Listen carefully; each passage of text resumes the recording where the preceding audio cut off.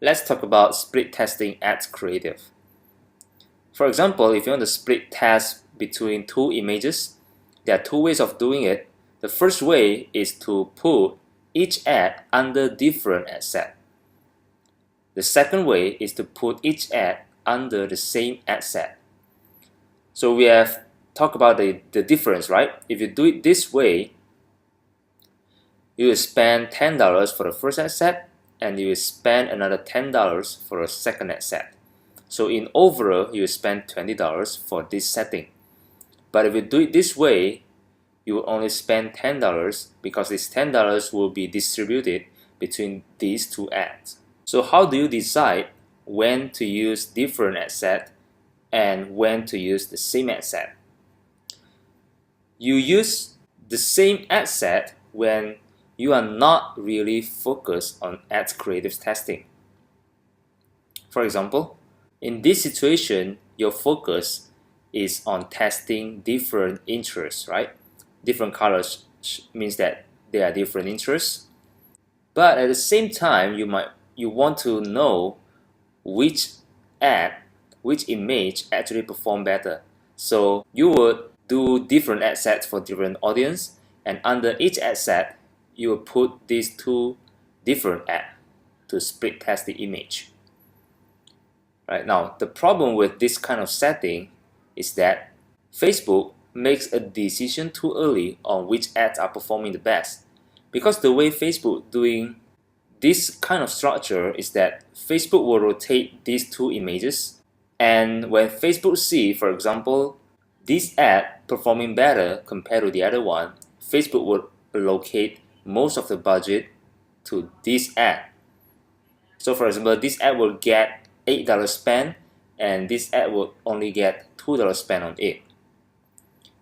So there comes a problem, right, when Facebook makes a decision too early. Because a lot of times, Facebook decide after only a few impressions.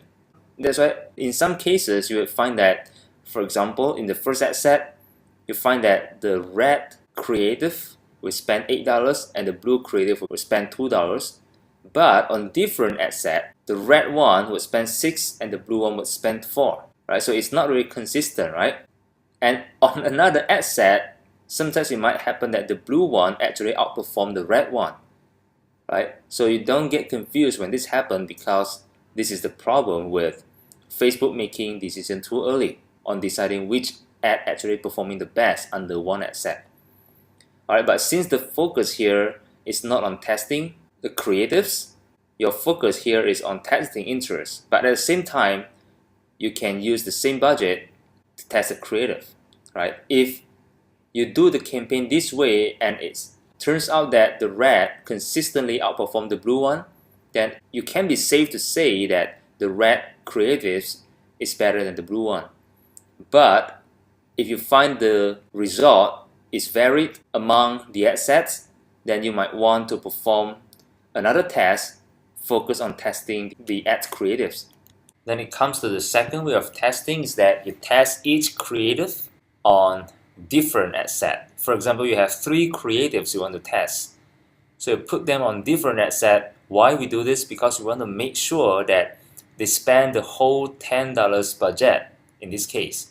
So they get a fair amount of dollars to test compared to this, right? Because we cannot say that this is a fair test because you spend $8 here and $2 here, and you spend $3 here and spend $7 here. It's not really a fair test.